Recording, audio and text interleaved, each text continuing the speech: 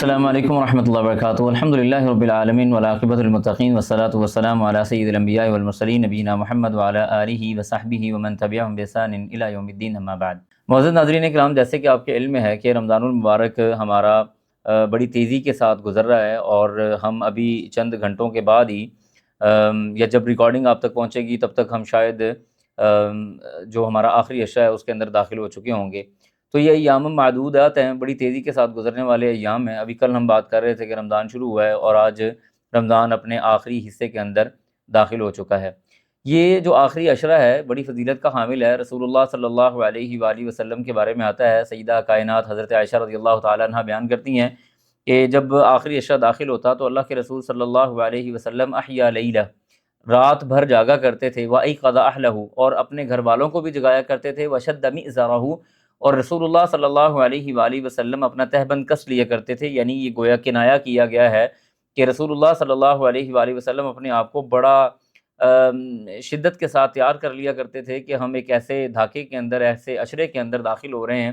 جس کے اندر ہم نے مزید اپنے آپ کو عبادات کے اندر لگانا ہے۔ اور ایک دوسری حدیث آتی ہے، رسول اللہ صلی اللہ علیہ وسلم کے بارے میں صحابی بیان کرتے ہیں کہ اللہ کے رسول صلی اللہ علیہ وسلم اس آخری عشرے کے اندر جتنی زیادہ محنت کرتے تھے، اتنا زیادہ معاملہ رسول اللہ صلی اللہ علیہ وآلہ وسلم کا باقی پہلے دو عشروں کے اندر ہمیں نظر نہیں آتا۔ اللہ کے رسول صلی اللہ علیہ وسلم بہت زیادہ بڑھ چڑھ کے اس آخری عشرے کے اندر عبادات کرتے تھے۔ لیکن آج کا جو ہمارا گفتگو کا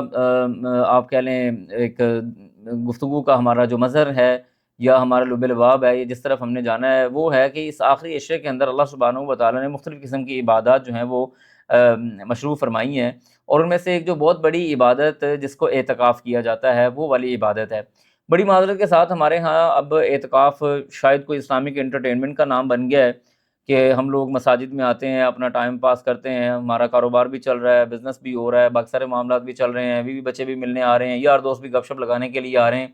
تو یہ اصل میں اعتکاف نہیں ہے۔ اعتکاف کی اگر ہم تعریف کے اوپر غور کریں تو ہمیں یہ بات سمجھ آئے گی کہ اعتکاف کا مطلب ہوتا ہے دو تین چیزیں اس کے اندر آ جاتی ہیں۔ پہلی، اللہ سبحانہ و تعالیٰ کا تقرب حاصل کرنے کی غرض سے مسجد کے اندر آ جانا اور اپنے آپ کو وہاں پہ روک لینا، یہ اعتکاف ہے۔ اس کے اندر بالکل یہ چیزیں نہیں شامل کہ انسان مسجد کے اندر آ کے بیٹھ گیا ہے تو پھر اب وہ اپنے روزمرہ کے روٹین کے معاملات بھی چلائے، وہ اپنے بزنس کو بھی چلائے، کاروبار کو بھی چلائے۔ بہت زیادہ اضطرار کی کیفیت ہو تو ہلکا پھلکا معاملہ کیا جا سکتا ہے، لیکن مستقل مزاجی کے ساتھ، جیسے ہمارے ہاں خواتین جب مسجد میں اعتکاف بیٹھتی ہیں تو عام طور پہ یہ بات بھی دیکھنے میں آتی ہے کہ چاند رات کو وہ مہندی لگانے والی تشریف لا رہی ہیں اور میک اپ والے لوگ آ رہے ہیں اور باقی ساری چیزیں ہو رہی ہیں اور سوٹوں کی ڈریسنگ اور یہ وہ ساری چیزیں پائی جا رہی ہیں۔ تو یہ ساری چیزیں اعتکاف کا جو مغز ہے یا اس عبادت کی لذت ہے اس کو متاثر کرنے کے لیے کافی ہے۔ تو اعتکاف کیا ہے کہ انسان اللہ کا تقرب، اس کی رضا، اس کی خوشنودی حاصل کرنے کے لیے اپنے آپ کو مسجد کے اندر روک لے۔ اب اس روکنے کے لیے کیا کوئی دورانیہ مقرر ہے؟ کیا ہم یہ کہہ سکتے ہیں کہ ہاں جی اتنے دن کے لیے روکنا ہے، اتنے ایام کے لیے روکنا ہے، اتنے گھنٹے کے لیے روکنا ہے؟ تو درست بات یہ ہے کہ اعتکاف کے لیے اپنے آپ کو روکنے کے حوالے سے کوئی ٹائم مختص نہیں ہے، سوائے رمضان المبارک کے اندر کہ رسول اللہ صلی اللہ علیہ وآلہ وسلم کے بارے میں آتا، آپ علیہ الصلوۃ والسلام ہمیشہ رمضان کے آخری عشرے کے اندر اعتکاف کرتے رہے، 10 دنوں کے اندر آپ اپنے آپ کو مسجد کے اندر رکھتے۔ لیکن جس سال رسول اللہ صلی اللہ علیہ وآلہ وسلم دنیا سے رخصت ہوئے اس سال نبی علیہ الصلوۃ والسلام نے 20 دن کا اعتکاف کیا۔ اس کے بارے میں مختلف توجیحات ہمارے سامنے موجود ہیں، ہم اس طرف نہیں جاتے، وہ ایک تفصیل طلب بات ہے۔ بہرحال مسنون اعتکاف جو رمضان المبارک کا ہے وہ یہ کہ ہم رمضان کے آخری 10 راتوں کے اندر، 10 دنوں کے اندر، آخری دھاکے کے اندر اپنے آپ کو مسجد میں روکیں گے،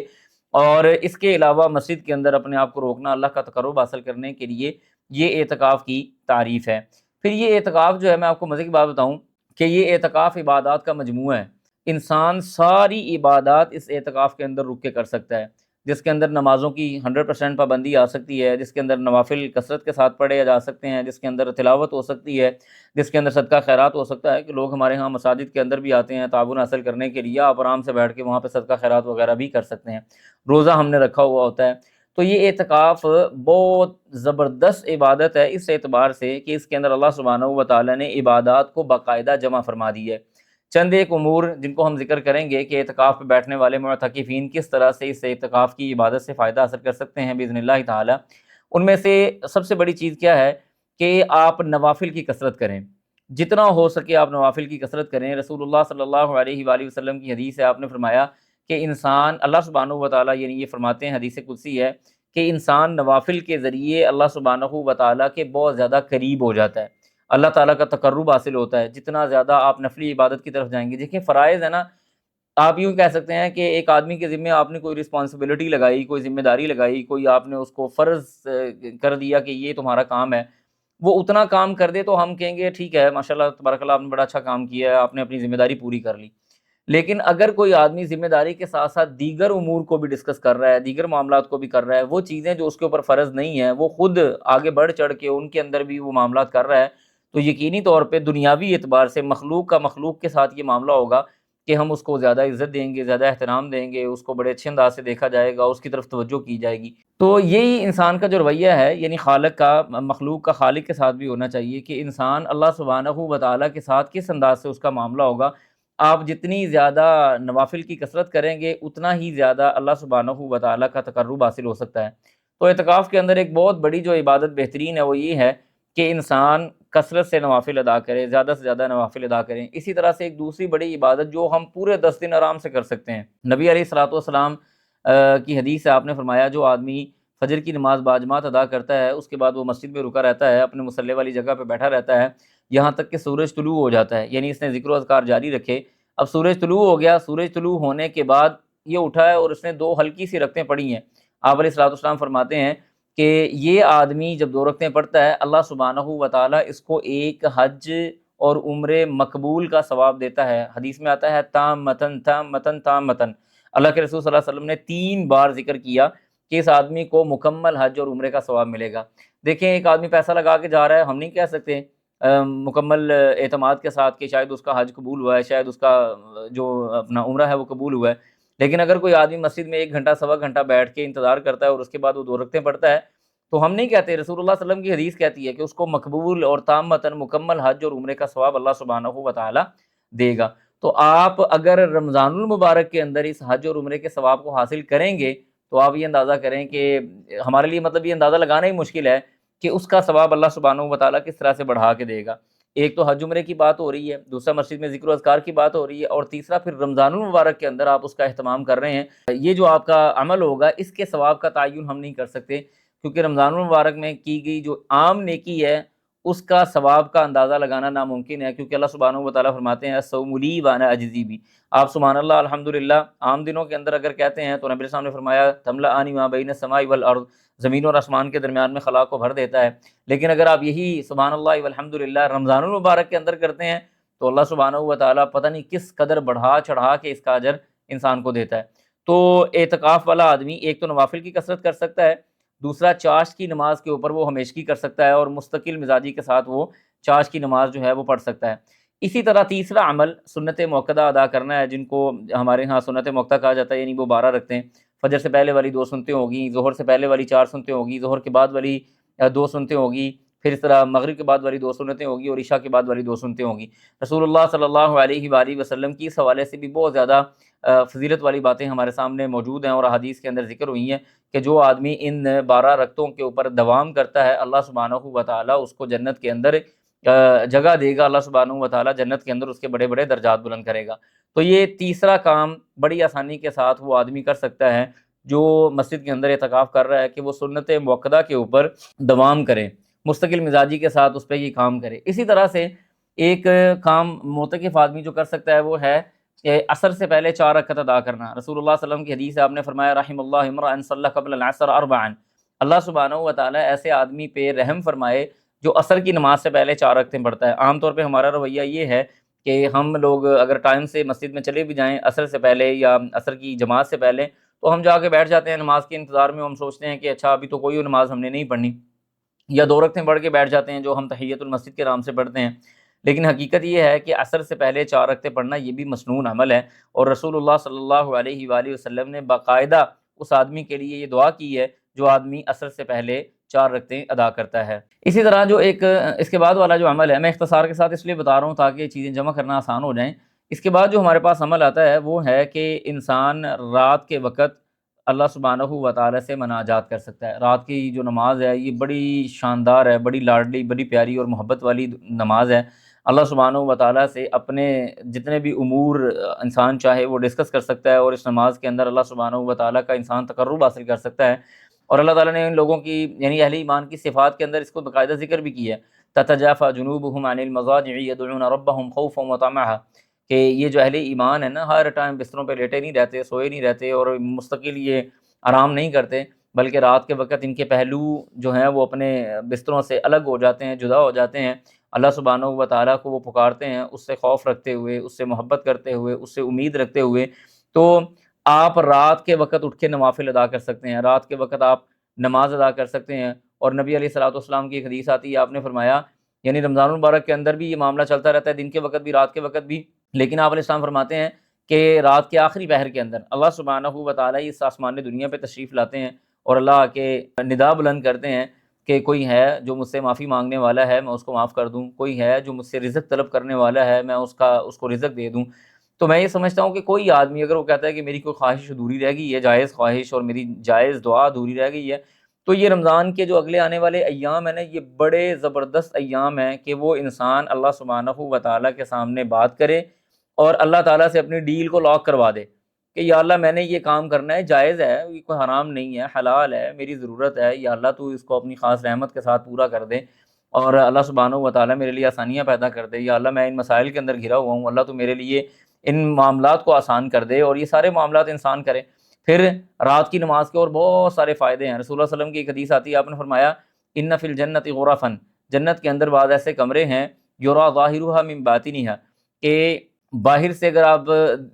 دیکھیں تو وہ کمرے باہر سے ان کے اندر کا نظارہ آتا ہے، اور وباطنها من ظاہرها، اور ان کے اندر سے باہر کا نظارہ آتا ہے، یعنی انسان کمرے کے باہر کھڑا ہو تو باہر سے کھڑے ہو کے کمرے کے اندر کا نظارہ کر سکتا ہے، اور یہ بڑی دلکش اور بڑے پرکشش نظارہ محسوس ہوتا ہے۔ اور اگر آپ کمرے کے اندر ہوں، یعنی آپ اس کو یوں دیکھ لینا کہ بعض اوقات ہمارے سامنے شیشہ لگا ہوتا ہے کہ کمرے کے اندر بیٹھا ہوا باہر دیکھتا ہے اور باہر والا اندر نہیں دیکھ سکتا ہوتا، تو ہم کتنا اس سے محظوظ ہوتے ہیں، کیسے اس کو انجوائے کرتے ہیں۔ تو اللہ فرماتے ہیں کہ بعض ایسے کمرے، بعض ایسی جگہیں ہیں جنت کے اندر کہ باہر سے انسان اندر دیکھ رہا ہے، اور اگر اندر بیٹھا ہوا ہے تو اندر سے وہ بیٹھ کے باہر کو دیکھتا ہے۔ اعد اللہ تعالی، اللہ سبحانہ و تعالیٰ نے ان کمروں کو تیار کیا ہے کن کے لیے؟ لمن اطعم الطعام، وہ لوگ جو لوگوں کو کھانا کھلانے والا ہے، وَيُطْعِمُونَ الطَّعَامَ عَلَىٰ حُبِّهِ مِسْكِينًا وَيَتِيمًا وَأَسِيرًا إِنَّمَا نُطْعِمُكُمْ لِوَجْهِ اللَّهِ لَا نُرِيدُ مِنكُمْ جَزَاءً وَلَا شُكُورًا۔ یاد رکھیں کہ لوگوں کو کھانا کھلانا کوئی عام عمل نہیں ہے، کوئی سادہ عمل نہیں ہے، یہ بڑے اجر والا عمل ہے۔ اللہ فرماتے ہیں کن کے لیے وہ کمرے تیار کیے؟ لمن اطعم الطعام، ان لوگوں کے لیے، نبی صلی اللہ علیہ وسلم فرماتے ہیں ان لوگوں کے لیے جو لوگوں کو کھانا کھلاتے ہیں۔ نمبر ایک، وَأَلْأَنَ الْكَلَامِ، بندہ اپنی گفتگو کے اندر نرم ہے، وہ اپنی گفتگو کے اندر عفو، درگزر، پیار، محبت ان چیزوں کو لے کے رکھتا ہے۔ وَتَابِعَ الصِّيَامِ، اور وہ بندہ جو مستقل روزے رکھنے والا ہے، مسلسل روزے رکھتا ہے، مسنون روزوں کا اہتمام کرتا ہے، اور یا ہفتے میں جو 2 روزے آتے ہیں ان کا اہتمام کرتا ہے، یا ایام 20 کے روزے آتے ہیں ان کا اہتمام کرتا ہے۔ وَأَفْشَ السَّلَامَ، سلام کو عام کرنے والا ہے، جس کو وہ جانتا ہے اس کو بھی وہ سلام کرتا ہے، جس کو وہ نہیں جانتا اس کو بھی وہ سلام کرتا ہے۔ وَصَلَّى بِاللَّيْلِ وَالنَّاسُ نِيَامٌ، اور وہ اس وقت رات کے اس پہر میں اٹھ کے نماز ادا کرتا ہے جس وقت لوگ عام طور پہ آرام کر رہے ہوتے ہیں۔ تو اللہ سبحانہ و تعالیٰ نے یہ والے جو جنت کے کمرے ہیں ان لوگوں کے لیے اللہ تعالیٰ نے تیار کروائے ہیں۔ تو رات کو اٹھ کے انشاءاللہ باذن اللہ معتکفین حضرات جو ہیں وہ لمبی نماز بھی پڑھ سکتے ہیں اور لمبی دعائیں بھی اللہ سبحانہ و تعالیٰ سے کر سکتے ہیں۔ اسی طرح اعتکاف کرنے والے آدمی کے لیے بہت آسان ہے کہ وہ آخری طاق راتوں کے اندر لیلۃ القدر کو تلاش کرے۔ دیکھیں ایک آدمی وہ ہے جس نے اپنی زندگی کے معاملات چلانے ہیں، اس کے پاس ٹائم کم ہوگا، مثلاً وہ رات کو 2 بجے مسجد جائے گا، 1 بجے مسجد جائے گا، وہ 3 بجے مسجد جائے گا، مطلب اس طرح سے وہ اپنے معاملات کرے گا۔ لیکن اعتکاف کرنے والا آدمی وہ مغرب سے لے کے طلوع فجر تک مسجد کے اندر موجود ہے، اور یہ سارے کا سارا جو ٹائم ہے یہ طاق رات کا، یہ ہمارے پاس لیلۃ القدر ہو سکتی ہے۔ تو اعتکاف کرنے والا آدمی لیلۃ القدر کی تلاش کر سکتا ہے۔ اللہ فرماتے ہیں انا انزلناہ فی لیلۃ القدر وما ادراک ما لیلۃ القدر لیلۃ القدر خیر من الف شہر، یعنی 83 سال 4 مہینے، 83 ایئرز 4 منتھ، کوئی آدمی پیدا ہوا اور پیدا ہونے کے بعد سے لے کے 83 سال 4 مہینے تک بغیر کچھ کھائے پیے، بغیر رفع حاجت کیے، بغیر اپنے معاملات چلائے، بغیر گفتگو کیے، صرف اللہ سبحانہ و تعالیٰ کی عبادت کے اندر مشغول رہا 83 سال 4 مہینے، جبکہ اس کے مقابلے میں یہ آدمی صرف ایک رات جو 11 12 13 گھنٹے کی رات بنے گی اس کی، وہ اس ایک رات کے اندر اللہ سبحانہ و تعالیٰ کی عبادت کرتا ہے، اپنے آپ کو عبادت میں مشغول رکھتا ہے۔ نبی علیہ السلام نے یہ نہیں فرمایا، یعنی قرآن مجید یہ نہیں کہتا کہ یہ دونوں برابر ہیں، 83 سال 4 مہینے والا اور ایک رات عبادت کرنے والا برابر ہیں، یہ نہیں کہا گیا، بلکہ کہا گیا لیلۃ القدر خیر من الف شہر، یہ 83 سال 4 مہینے سے بھی زیادہ بہتر ہے اس آدمی کے لیے جو اس ایک رات کے اندر اللہ تعالیٰ کے سامنے گڑ گڑاتا ہے اور عبادات کرتا ہے اور عبادات کے مختلف معاملات کرتا ہے۔ تو اعتکاف کرنے والے حضرات اس رات سے بہت زیادہ فائدہ اٹھا سکتے ہیں۔ 5 راتیں ہیں، ویسے تو 10 کی 10 ہونی چاہیے، 10 راتیں بھی لیلۃ القدر ہو سکتی ہیں کہ اگر ہم مہینے کو 1 2 3 سے شروع کریں تو 21ویں 23ویں 25ویں 27ویں اور 29ویں، اور اگر ہم مہینے کو الٹا شروع کریں تو 30 والی اور اس کے بعد 28 والی 26 والی 24 والی اور 22 والی جو راتیں ہیں وہ ہمارے پاس طاق راتیں کنسیڈر ہو جائیں گی۔ تو پورے کا پورا آخری جو عشرہ ہے وہ ہمیں اللہ سبحانہ و تعالیٰ کی مدد و توفیق کے ساتھ اس کو اچھی طرح سے اس کے اوپر ہمیں نیکی کا کام کرنا چاہیے اور عبادت کرنی چاہیے، اور اعتکاف کرنے والا آدمی تو بڑے اچھے انداز سے ان سارے معاملات کو لے کے چل سکتا ہے۔ تو یہ 5 راتیں ہیں۔ اسی طرح سے جو طاق رات ہمارے پاس ہوتی ہے یا لیلۃ القدر آپ جس کو کہہ سکتے ہیں، طاق رات کہہ سکتے ہیں، اس کو آپ 3 حصوں میں تقسیم کر سکتے ہیں۔ یعنی یہ بات ان حضرات کے لیے جو اعتکاف میں بھی ہیں اور ان کے لیے بھی جو عام ہیں، جو اپنے آپ کو ویسے طاق رات کے اندر وہ خیر کا کام کرنا چاہتے ہیں، تو آپ 3 حصوں کے اندر اس طاق رات کو تقسیم کر سکتے ہیں بڑی آسانی کے ساتھ۔ نمبر 1 پہلا حصہ آپ تلاوت قرآن مجید کریں۔ مثال کے طور پہ ہم ٹائم لے لیتے ہیں جی کہ ہم نے تراویح وغیرہ پڑھ کے کوئی 10:30 بجے مسجد میں بیٹھ جانا ہے، 10:30 بجے سے لے کے کوئی 5 بجے تک یا 4:30 بجے تک ہمارے پاس ایک اچھا ٹائم ہے، یہ 6-7 گھنٹے ہیں۔ آپ پہلے والے 2 یا 2.5 گھنٹے یا 3 گھنٹے مختص کر دیں کہ میں نے اس میں صرف قرآن مجید کی تلاوت کرنی ہے۔ اس کے بعد اگلے جو 2-2.5 گھنٹے یا 3 گھنٹے ہیں آپ وہ مختص کریں کہ میں نے اس کے اندر نوافل ادا کرنے ہیں، اور آخر کا جو آپ کے پاس گھنٹہ سوا گھنٹہ ہے وہ آپ مختص کر لیں کہ میں نے بیٹھ کے صرف اور صرف اللہ سبحانہ و تعالیٰ کے سامنے دعا کرنی ہے، میرے سارے سال کے وہ معاملات جو ڈسٹرب ہیں، میری ساری زندگی کی وہ خواہشات جو باقی ہیں، میرے سارے مستقبل کے حوالے سے آنے والے معاملات، میں نے ان کے حوالے سے اللہ سبحانہ و تعالیٰ سے گفتگو کر کے اپنی ڈیل کو لاک کرنا ہے اور اللہ سبحانہ و تعالیٰ سے چیزیں منا کے اٹھنی ہیں۔ تو آخری آپ گھنٹہ 1.5 گھنٹہ دعا کے لیے مختص کر دیں، تو اس طرح سے انشاءاللہ باذن اللہ اعتکاف والے لوگوں کی بھی اور غیر معتکفین جو ہیں ان کے لیے بھی یہ والی رات بڑی پروڈکٹیو ہو سکتی ہے۔ اللہ سبحانہ و تعالی ہمیں اس رات سے بھی فائدہ اٹھانے کی توفیق عطا فرمائے، اور اہل اعتکاف کو بھی زیادہ سے زیادہ توفیق عطا فرمائے کہ وہ ان ایام کے اندر زیادہ سے زیادہ فائدہ حاصل کر سکیں۔ میں اختصار کے ساتھ یہ چیزیں دوبارہ بھی دہرا دیتا ہوں۔ اعتکاف والے حضرات نمبر 1 فرض نمازوں کے ساتھ مکمل طور پہ وہ اپنا معاملہ کر سکتے ہیں۔ نمبر 2 نوافل کی کثرت کر سکتے ہیں۔ نمبر 3 چاشت کی نماز یا اشراق کی نماز ڈیلی پڑھی جا سکتی ہے۔ نمبر 4 صدقہ بھی کر سکتے ہیں، اور نمبر 5 یہ لوگ رات کی نماز پڑھ سکتے ہیں، سنت موقدہ کے اوپر دوام کر سکتے ہیں، عصر سے پہلے 4 رکعات ادا کر سکتے ہیں، اور لیلۃ القدر کو تلاش کرنے کے لیے بھی ان کے پاس بڑا ٹائم ہے۔ یہ 8 وہ امور ہیں جو اعتکاف کرنے والے حضرات بڑی آسانی کے ساتھ کر سکتے ہیں اور اس سے فائدہ اٹھا سکتے ہیں۔ اللہ سبحانہ و تعالیٰ اس رمضان کو جو آنے والے ایام ہیں وہ ہمارے لیے بہترین اور زبردست صدقہ جاری بہترین بنائے، اور ہمارے لیے خیر کا باعث بنائے، اور ہماری عبادات کو قبول فرمائے۔ جزاکم اللہ خیرا واحسن الجزاء، وآخر دعوانا الحمد للہ رب العالمین۔